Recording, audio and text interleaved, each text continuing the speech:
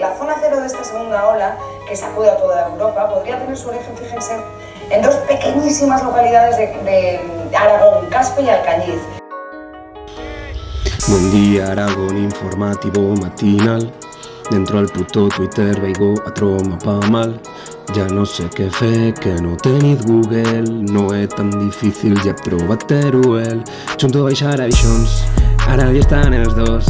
Don't fuck with Aragón, tots dient no, còcteles de Madrid.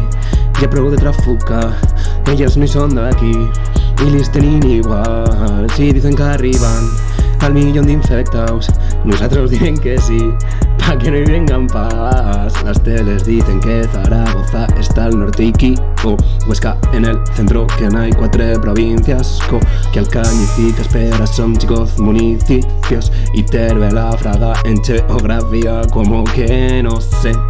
Si informes del COVID creo que cal fer-lo ben.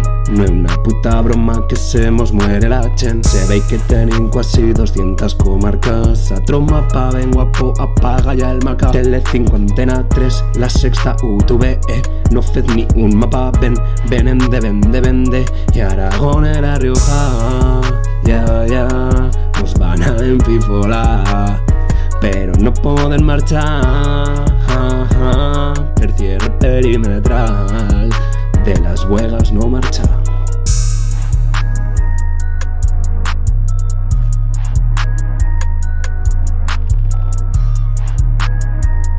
Y el virus aragonès conquista ja tot el continent. Perdona Merkel. Junto a Xaraixons, ara ja estan els dos. Don't fuck with Aragón, tots dient no, còcteles de Madrid.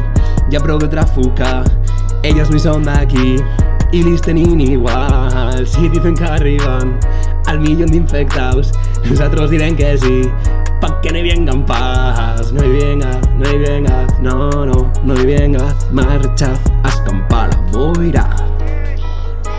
Buena.